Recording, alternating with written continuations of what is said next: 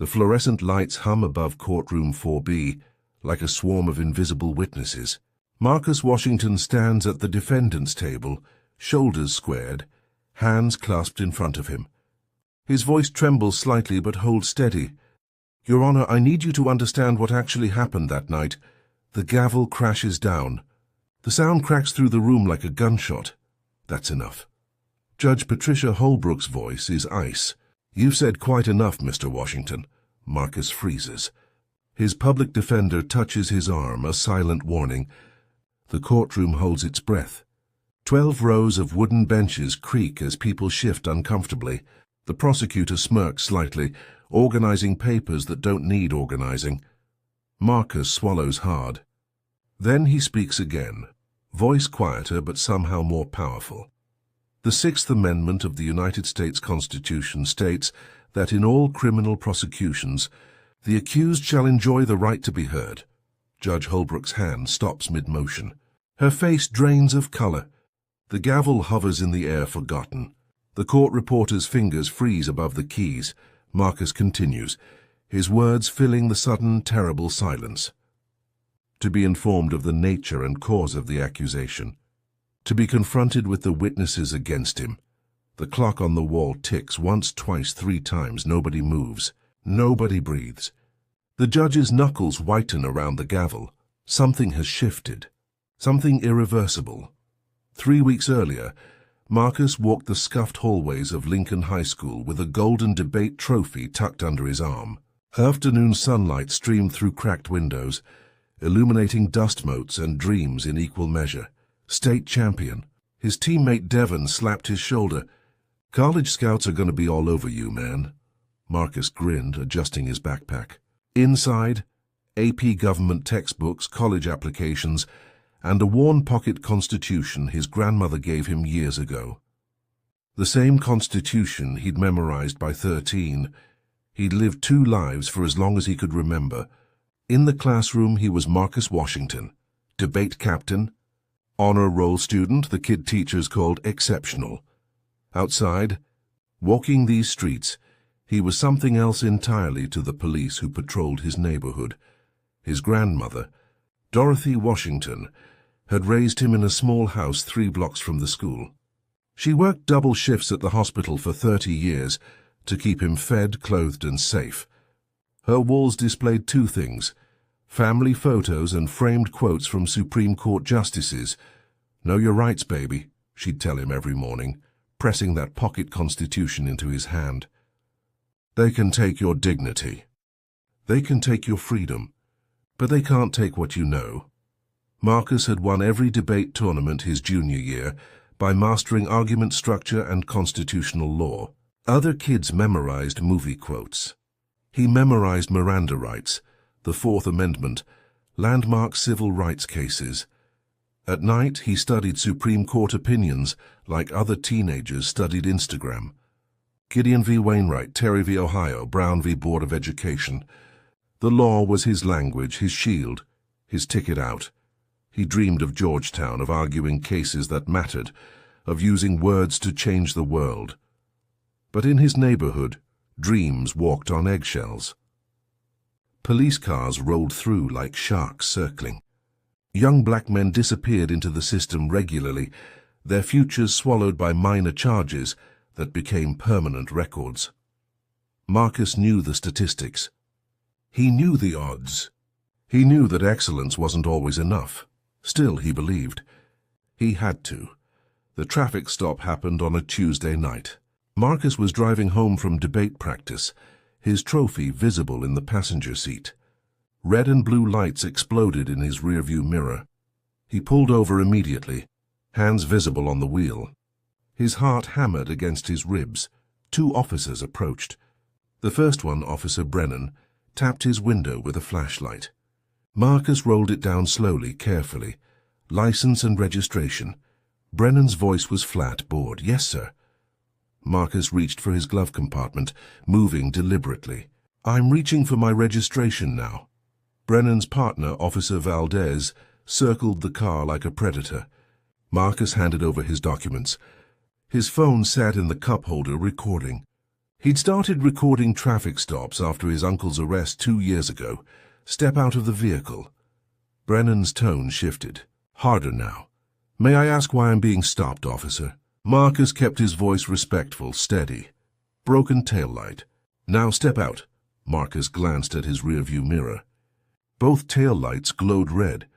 He swallowed his words and complied, stepping onto the cold pavement. The October air bit through his Lincoln High hoodie. Valdez moved toward the car. We need to search your vehicle. I don't consent to a search. Marcus's voice didn't waver. The Fourth Amendment protects against unreasonable searches without probable cause or a warrant. Brennan stepped closer, invading Marcus's space. You getting smart with me, son? I'm exercising my constitutional rights, sir. Smart-mouthed, Valdez muttered, opening the car door anyway. You can't, Marcus started. Turn around. Hands behind your back. Brennan's handcuffs clicked cold against Marcus's wrists. You're under arrest for obstruction of justice and resisting. I didn't resist anything. Marcus's voice rose despite himself. I stated my rights. That's not... Save it for the judge. Brennan pushed him toward the patrol car. The trophy sat forgotten on the passenger seat, gold catching the streetlight. Marcus's phone continued recording from the cup holder, documenting everything. In the back of the patrol car, Marcus replayed every word, every movement. He'd done everything right. Hands visible, voice calm, rights stated clearly, and still the handcuffs bit into his wrists. The holding cell smells like industrial cleaner and desperation. Marcus sits on a metal bench, head in his hands. His wrists ache where the handcuffs press too tight. The fluorescent lights never turn off. Around him other men wait. An older man mutters to himself. A kid who looks barely 16 stares at the wall. Nobody makes eye contact. Nobody speaks. The system has taught them that silence is safer. Marcus replays the moment obsessively. Turn around. Hands behind your back. The casual violence of it. The inevitability. He'd quoted the Constitution and been arrested for it. Outside, beyond the concrete and steel, his grandmother sits in the waiting area. He can picture her, rosary beads clicking through arthritic fingers, lips moving in silent prayer.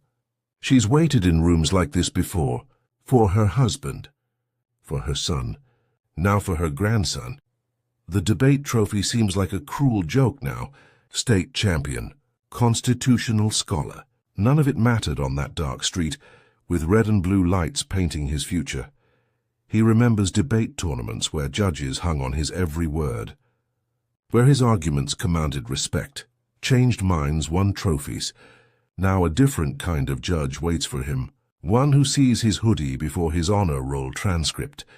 The Constitution in his pocket, soaked now with sweat and fear, feels both useless and essential.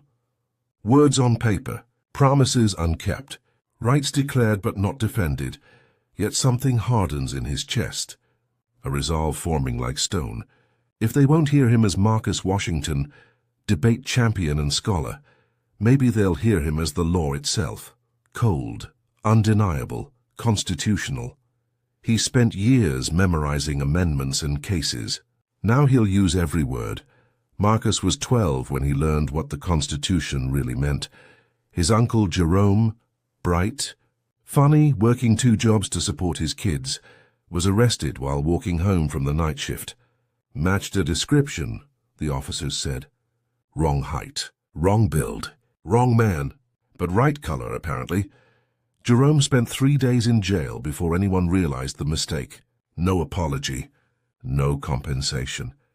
Just released into a world that had already judged him guilty. That night, Marcus's grandmother sat him down at the kitchen table. Candlelight flickered across her weathered face. She placed a small pocket Constitution in his hands, the pages worn soft from decades of reading. This is your shield, baby. Her voice cracked slightly. The law can be a weapon or a shield depending on who's holding it. She taught him like a general preparing a soldier. Fourth Amendment, protection against unreasonable search and seizure. Fifth Amendment, right to remain silent. Sixth Amendment, right to counsel, right to confront witnesses. 14th Amendment, equal protection under law. They studied Gideon versus Wainwright, where the Supreme Court ruled everyone deserves a lawyer. Miranda v. Arizona, establishing the rights police must read during arrests. Brown v. Board of Education, the case that desegregated schools but couldn't desegregate hearts. Why do I need to know all this, Grandma? 12-year-old Marcus had asked. She'd gripped his hands tightly.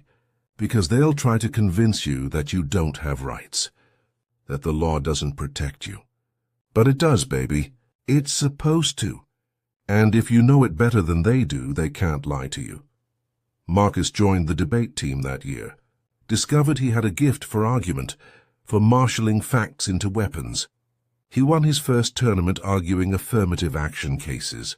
His coach called him a natural, but his grandmother knew the truth. He wasn't natural. He was prepared, trained, armed with knowledge because in his neighborhood knowledge was survival. Now at 17, everything hangs in this courtroom. The arrest created a record. A record means background checks fail. Failed background checks mean no college acceptance, no scholarships, no Georgetown law. The future his grandmother sacrificed everything to build, gone, erased by one traffic stop and two officers who saw a threat instead of a teenager. This isn't just about justice, it's about survival. His grandmother's words echo, "Speak truth to power, baby." That's all we've ever had. The courtroom proceedings blur together. His public defender, a tired woman named Ms. Chen, barely looks at him. She shuffles papers, checks her watch, clearly juggling too many cases. Officer Brennan takes the stand. His testimony is smooth, practiced. The defendant became aggressive when asked to step out of the vehicle. He refused to comply with lawful orders. Marcus leans forward. That's not what happened. Valdez testifies next, echoing Brennan's story almost word for word. Too perfect, too rehearsed. The prosecutor, a man in an expensive suit, paints Marcus as a troublemaker. "A history of challenging authority," he says, citing Marcus's debate team activities as evidence of argumentative behavior, as if critical thinking were a crime. Ms. Chen offers a weak defense. "My client is an honor student with no prior record." Her voice lacks conviction. She's already preparing for the next case, the next overwhelmed teenager, the next assembly line injustice. Then Marcus notices something. The arrest report sits on the prosecutor's table. He can see the timestamp from his seat, 9:47 p.m., but Brennan testified the stop occurred at 9:30 p.m., 17 minutes unaccounted for. His heart races. He remembers his phone recording in the cup holder. The metadata would show exact timing. His phone proves the timeline doesn't match. He scribbles a note to Ms. Chen. She glances at it, frowns, but doesn't pursue it. Too tired, too overwhelmed, too used to losing. Judge Holbrook reviews documents with barely concealed boredom. She's been on the bench 15 years. She's seen 1,000 cases like this. Poor kids, public defenders, predetermined outcomes. She glances at her watch. Lunch approaches. Marcus realizes with crushing clarity, nobody is fighting for him. Ms. Chen is going through motions. The judge wants this resolved quickly. The prosecutor wants another win. His future is a checkbox on someone's caseload. He looks back at his grandmother in the gallery. She sits perfectly still, but her eyes meet his. She nods once, slowly, permission, encouragement, command. His hand moves to his pocket, feeling the Constitution there. Every amendment memorized. Every word a potential weapon.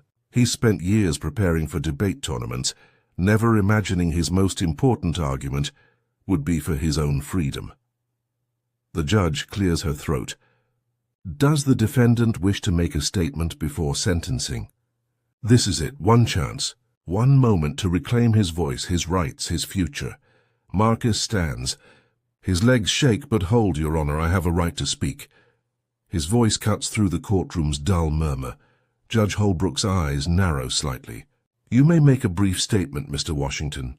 Very brief, Marcus nods. He pulls out his notes, the timeline discrepancy, the metadata from his phone recording, the contradiction between the officer's testimonies and the physical evidence. The arrest report states the traffic stop occurred at 9:47 p.m. He keeps his voice level, factual. But Officer Brennan testified it happened at 9:30. That's a 17-minute discrepancy. The prosecutor shifts in his seat. Ms. Chen looks up. Suddenly more alert, Marcus continues, gaining confidence. My phone recorded the entire interaction. The metadata proves the stop began at 9:52 p.m., not 9:30 or 9:47. The timeline doesn't match. A few people in the gallery lean forward. His grandmother's hand covers her mouth. For a moment, just a moment, it feels possible. Like truth might actually matter. Like evidence could overcome predetermined outcomes. Judge Holbrook studies the arrest report. Her brow furrows. Counselor, she addresses the prosecutor, can you explain this discrepancy? The prosecutor stands quickly. Minor clerical error, Your Honor. Doesn't affect the fundamental facts of the case. Minor? Marcus's voice rises despite himself. It proves the official record is wrong. It proves, Judge Holbrook raises her hand sharply. Mr. Washington, you will address this court properly or you will be silent. But, Your Honor, I've heard enough. Her voice snaps like a closing door. Young man, you're out of order. Sit down. The moment collapses.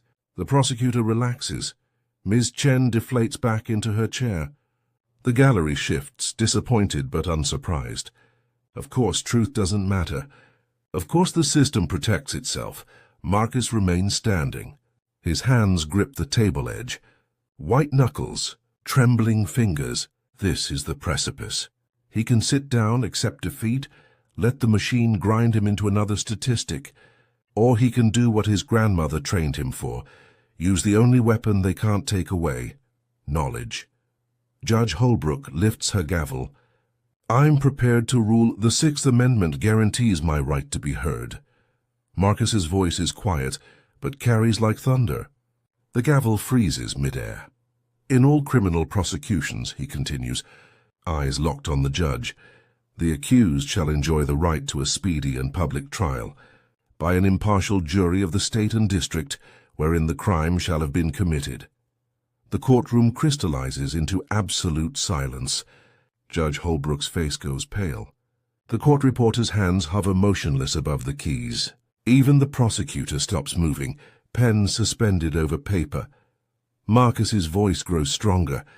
To be informed of the nature and cause of the accusation, to be confronted with the witnesses against him, to have compulsory process for obtaining witnesses in his favor. His grandmother covers her mouth, tears streaming down her cheeks, and to have the assistance of counsel for his defense. Marcus meets the judge's eyes. Your Honor, with respect, you're violating my constitutional rights by refusing to hear evidence that contradicts the prosecution's case. Judge Holbrook's knuckles whiten around the gavel. Her jaw works soundlessly. A law clerk in the corner drops his file folder. The papers scatter across the floor. Nobody moves to pick them up. The prosecutor finally finds his voice. Your Honor, this is highly irregular. I know the Constitution. Judge Holbrook's voice is barely audible. She looks at Marcus as if seeing him for the first time. Not a case number, not a demographic. Thou citizen who knows his rights. The clock ticks, once, twice, 3 times. This court, Judge Holbrook says slowly, carefully, is in recess. 1 hour the gavel falls, but this time the sound is different, uncertain, shaken. Marcus remains standing as the judge exits through the side door. Her robes swirl behind her like smoke. The courtroom erupts in whispers. Miss Chen stares at him, mouth slightly open. The prosecutor hurriedly gathers his files. His grandmother reaches across the gallery barrier and grips his hand. Her skin is paper-thin and warm and strong. You did it, baby, she whispers. You spoke truth. But Marcus doesn't feel victorious. He feels terrified. He's just challenged a judge in open court. Used the Constitution as a weapon. Force the system to see him. The question now, will it reward his courage or punish it? The courtroom slowly empties. Marcus sits alone at the defendant's table, the pocket constitution still gripped in his shaking hand. Outside, camera crews gather. Someone filmed his speech. It's already spreading. In 1 hour, the judge will return, and Marcus's entire future hangs on whether justice is a promise or just a word. Judge Patricia Holbrook sits alone in her chambers, staring at the law degree on her wall. 15 years on the bench. 15 years of maintaining order, efficiency, control. And a 17-year-old just quoted the Constitution at her, like she'd forgotten it existed. Her hands shake slightly as she pours water from the pitcher on her desk. The glass trembles. Water spills. She'd cut him off. Dismissed his evidence. Rushed toward a ruling without fully hearing him. The realization sits in her stomach like lead. Outside the courthouse, Marcus sits on a concrete bench beside his grandmother. The October wind bites through his thin hoodie. People stream past, lawyers, defendants, families, all caught in the system's machinery. His phone buzzes constantly. Text after text. A video of his courtroom speech is circulating online. Strangers calling him brave. Others calling him arrogant, disrespectful, asking for trouble. Death threats mixed with praise. His hands shake as he silences the phone. Did I just destroy everything? His voice cracks. Grandma, what if she punishes me for speaking up? Dorothy squeezes his hand. Her rosary beads hang from her other hand, worn smooth from decades of prayer. You spoke the truth, baby. That's never wrong. But the truth doesn't feel powerful right now. It feels dangerous, isolating. Marcus looks at the courthouse doors and feels utterly alone despite the crowd. He challenged the system. And the system doesn't forgive challenges. The Constitution in his pocket feels heavier now. Words on paper, beautiful promises. But what are promises against power? 53 minutes until the judge returns. 53 minutes of not knowing whether courage costs everything. The courtroom doors open. A woman in a sharp navy suit enters, her heels clicking purposefully across the tile. She carries a leather briefcase and an expression that means business. Marcus Washington? She extends her hand. I'm attorney Sandra Mills, Civil Rights Division. I saw the video. Marcus stands confused. I don't understand. I didn't call. Oh, you don't need to. Mills sits beside him, opening her briefcase. That speech you gave? It's already been viewed 200,000 times. Constitutional rights violations caught on camera. This is exactly what we do. Ms. Chen approaches, looking both relieved and embarrassed. Ms. Mills is one of the best. If she's offering pro bono representation, I am. Mills spreads documents across the table. Marcus, your phone recording. Do you still have it? Yes, the police gave it back with my personal effects. Perfect. Mills makes notes rapidly. The timeline discrepancy you mentioned. The contradictory testimonies. The lack of probable cause for the search. You built a solid case up there. For the first time in hours, Marcus feels something other than fear. Hope flickers, tentative and fragile. Outside, news vans arrive. Camera crews set up on the courthouse steps.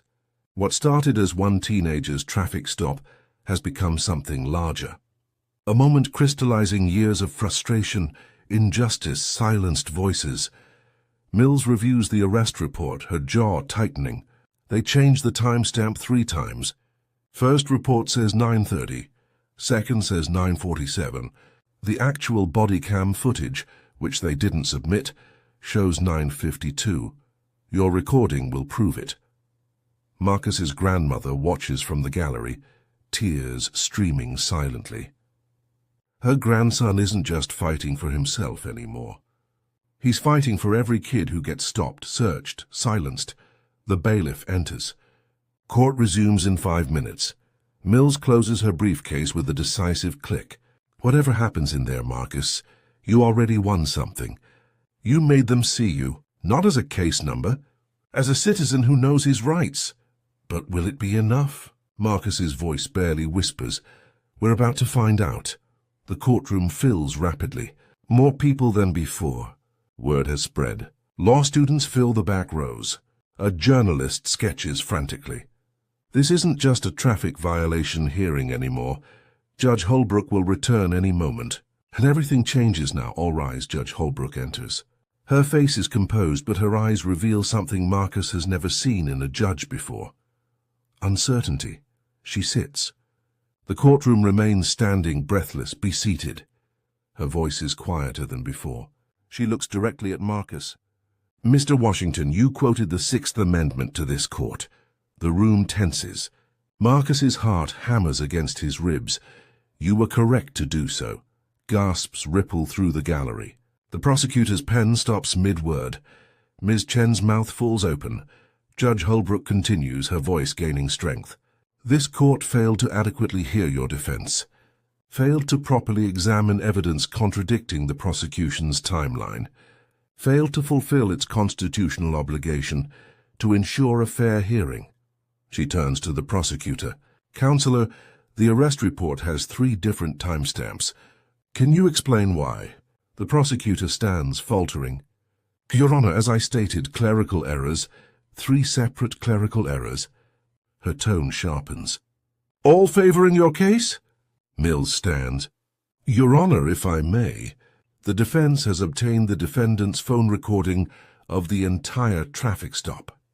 The metadata confirms the stop occurred at 9:52 p.m., not 9:30 as Officer Brennan testified under oath. The judge's expression hardens. Play the recording. The courtroom speakers crackle to life. Marcus's voice steady and respectful. May I ask why I'm being stopped, officer? Brennan's response, broken taillight. Then Valdez's voice, we need to search your vehicle. Marcus, I don't consent to a search. The Fourth Amendment protects against unreasonable searches without probable cause. The timestamp scrolls across the video display.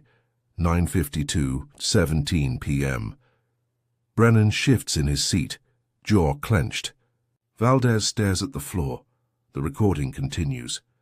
Marcus clearly states his rights, never raises his voice, never resists. Yet the handcuffs click closed anyway. Smart-mouthed, Valdez mutters on the recording. The courtroom sits in stunned silence as the recording ends. Judge Holbrook removes her glasses slowly. Officer Brennan, you testified under oath that this stop occurred at 9:30 p.m. The recording proves otherwise. You testified the defendant was aggressive. The recording shows the opposite. Brennan's lawyer whispers urgently in his ear. The officer's face reddens. Furthermore, Judge Holbrook continues, the defendant clearly invoked his Fourth Amendment rights. The search of his vehicle was conducted without consent, without probable cause, without a warrant. Mills presents additional documents. Your Honor, the defendant's car was inspected after impound. Both tail lights were functional. There was no legitimate reason for the initial stop. The prosecutor objects weakly. Your Honor, even if the stop was questionable. Questionable? Judge Holbrook's voice rises. Counselor, this is a constitutional violation. A young man was arrested for exercising his rights. She looks at Marcus again. Her eyes are clear now, resolved. Mr. Washington, I owe you an apology. This court interrupted you, dismissed you, failed you. That was wrong. Marcus's grandmother sobs quietly in the gallery. A law student in the back wipes her eyes. The charges against you are dismissed immediately. Judge Holbrook's gavel hovers. Furthermore, I'm ordering an internal investigation into this arrest. Officer Brennan, Officer Valdez, you'll be answering questions under oath about your conduct and your testimony.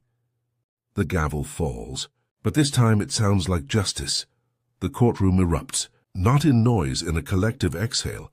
Years of tension releasing. Mills grips Marcus's shoulder. Ms. Chen smiles for the first time all day. Reporters scramble for their phones. Marcus stands on shaking legs. He looks at the judge. She nods once. Respect between two people who understand the Constitution isn't just words. It's a promise demanding to be kept. Court is adjourned. 3 weeks later, Marcus stands before a packed auditorium at the community youth center. The video of his courtroom moment has been viewed 8 million times. News outlets called it a teenager's constitutional stand. Civil rights organizations shared it as required viewing. But the real impact is quieter. College acceptance letters arrived. Georgetown sent a personal note from the Dean of Admissions. Your courage exemplifies the kind of student we seek. Full scholarship. The future his grandmother sacrificed for. Restored. The debate team dedicated their state championship trophy to him. For teaching us that the most important debate happens outside the tournament room, Coach Martinez said. Officer Brennan and Valdez are under investigation. 3 other cases involving questionable arrests and timeline discrepancies have emerged. The system's machinery is slow, but it's moving. Marcus finishes his speech at the youth center. Dozens of teenagers listen. Black, brown, white, all learning their constitutional rights. He hands out pocket constitutions, just like his grandmother did for him. A young girl, maybe 13, raises her hand. What if knowing your rights isn't enough? What if they don't care? Marcus thinks carefully before answering. Then you speak them anyway. Because every time someone speaks truth to power, it gets a little harder for power to ignore. My grandmother taught me that. After the event, he drives to his grandmother's house. She sits in her kitchen, the same table where she taught him the amendments. Candlelight flickers across her weathered face, just like that night years ago. He places the pocket constitution on the table between them. You were right, Grandma. His voice catches. About everything. Knowledge is power, even when they try to silence you. Especially then. She takes his hand in both of hers. I'm proud of you, baby. Not for winning. For speaking. Outside, the neighborhood feels different. Not safer. The same police cars still patrol. But visible now. Seen. Because one teenager refused to be silenced. The Constitution sits on the table between them, worn and sacred. A shield, a weapon, a promise. Marcus returns to that courtroom sometimes, not as a defendant, as an observer, watching other cases, other teenagers, other moments where justice hangs in the balance. He teaches constitutional law workshops now, shows young people that the law isn't just for lawyers and judges, it belongs to everyone. Especially those the system tries to forget. The Constitution isn't just words on paper. It's a living promise that demands to be kept. But promises don't keep themselves. They require voices. Voices willing to speak even when gavels fall, even when power says be silent, even when courage costs everything. Marcus learned that justice doesn't grant itself freely. It must be claimed, fought for, spoken into existence with trembling hands and constitutional precision. The system will try to silence those who challenge it. But knowledge, truth, and courage can break through even the thickest walls of institutional indifference. His voice, once interrupted by a judge's gavel, now echoes in courtrooms, classrooms, and community centers across the nation, not because he was special, because he knew one fundamental truth his grandmother taught him in that kitchen, by candlelight, with a worn pocket constitution. The law belongs to those brave enough to speak it, and silence, no matter how loudly demanded, is not justice. It's only the absence of courage. Stand up. Speak truth. Know your rights, because the Constitution protects those who protect it.